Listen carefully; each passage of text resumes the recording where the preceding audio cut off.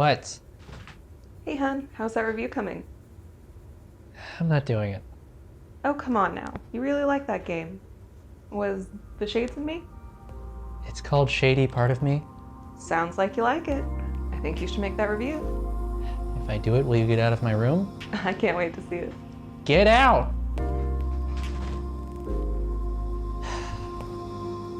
Alright, let's get this over with. Shady Part of Me is a short puzzle platformer developed by a French studio named, 12 dixièmes. which I suppose means 12 tenths. The game was apparently announced and released in late 2020. And honestly, when I saw it, I thought, another Shadow game. Because I've seen a few of them in the independent space lately, but this one stood out to me. That art style really hooked me, so I took the plunge and bought it on the PlayStation Store.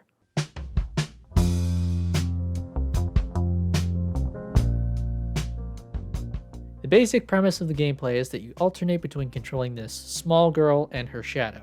One is controlled in 3 dimensions, the other in 2. One requires light to survive, the other refuses to enter the light. These two play off each other over the course of the game, as one can often alter the environment of the other's space. In the shadow's case, it's mostly done through pulling switches. But for the girl, there are multiple objects with light cast on them that she can move, manipulating their shadows. There were times when I was really reminded of Hazelight games, in a good way. They make excellent co-op games. That's not to say this is co-op, it's strictly single player, but I was reminded of some of the fun, brain-teasing co-op puzzles in something like It Takes Two. I got a real sense of satisfaction and pride when I figured out some of the puzzles, and there were actually 0 instances where I got stuck. This game struck a really nice balance for the challenge. I never caved and went to Google for advice, but it also wasn't a cakewalk that I just breezed through. Another difference between the girl and her shadow is they're vertical. The shadow is able to jump and climb various things, while the girl is bound to the ground. For most of the game, I found both characters to be enjoyable, but this restriction of vertical movement led me to eventually favor the shadow character a bit more. Plus, the shadow tended to have the more interesting brain teasers due to the way that shadows are manipulated by light. For the girl, it's just a matter of not stepping into a light, which for the most part is a simpler operation. But as I said, for the most part, they're both enjoyable. And though the basic premise of the gameplay is pretty simple, the developers do an excellent job of iterating on the core idea and really turning it on its head. They even introduce additional mechanics consistently throughout the game. Again, I'm reminded of It Takes Two in a very good way. The pacing of this game is just excellent. I enjoyed just about every second I spent with this game. The gameplay ebbed and flowed so perfectly, I was never bored or overwhelmed. One potential downside is that the game isn't very long and it doesn't have a strong replayability factor unless you really like collectibles. I clocked in at about 4.5 hours. But you know what? I'm an adult, and sometimes I like when things are shorter, alright? No fluff, no filler, no hour-long side quest tangents, just the good stuff. And that's what this game is. Anyway, I'm getting a little ahead of myself. One thing I haven't mentioned thus far is the rewind feature. This game lets you go back.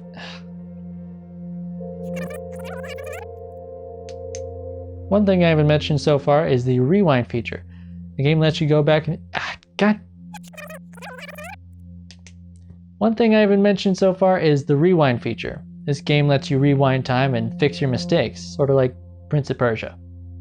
On one hand, this mechanic feels a little out of place. There's not really an explanation for it, it just exists for convenience. On the other hand, it's pretty damn convenient, so I can't really complain. It's kind of like the fact that a lot of the light sources and shadows don't make literal sense. It makes for fun gameplay, so I'd say it's not a big deal. From a gameplay perspective, this game doesn't reinvent the wheel, but it's often very clever and always a joy to play.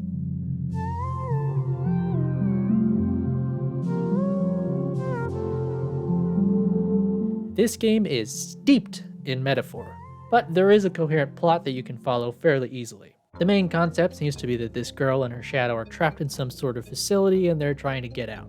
The girl is more so the one who seems to be trapped, while the shadow plays more of a companion role, and their relationship evolves and develops in really interesting ways over their journey. They have really interesting, well-written dialogue between one another, which is good because they're essentially the only characters in the game aside from the other, who seems to be a counselor or psychiatrist of some kind. The girl and the shadow are seemingly voiced by one person. I think this person was in Game of Thrones. I don't know, I didn't watch it. This is where my biggest sticking point comes up. I really didn't care for the performance for the main girl. I found it kind of grating, and for me it kind of undermined the great writing that the character has. I understand that the actress wanted to differentiate the two characters, but the voice they ended up using for this character really just didn't work for me. Come on, you can do it! The Shadow, on the other hand, I found was much more palatable.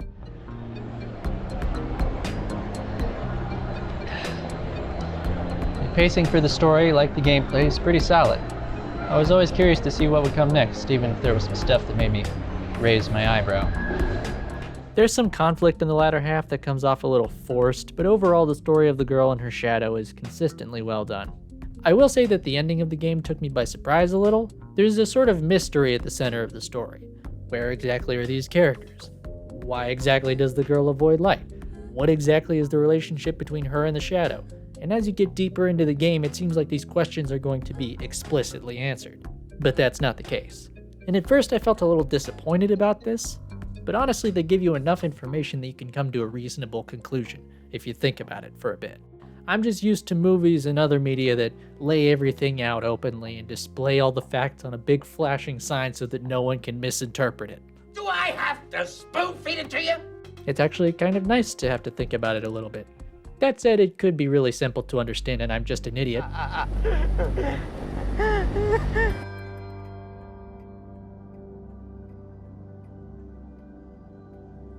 This part always feels weird. I don't want to not say that a game looks good when it does, but you've been seeing a bunch of footage of it up to this point, so you already know.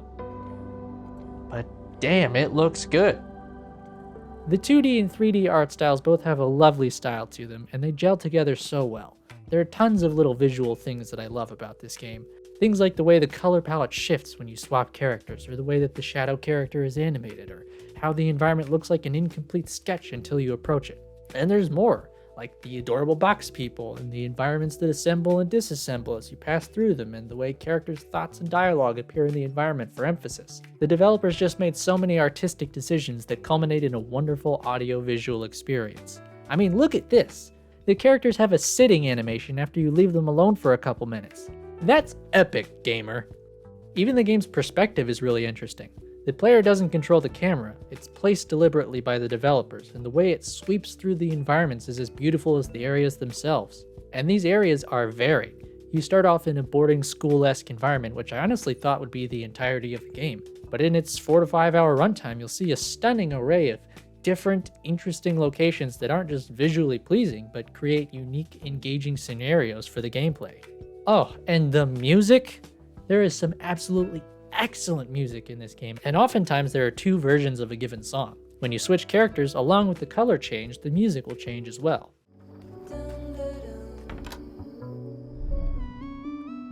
Usually the shadow character song will be a sort of muted version of the girl's song.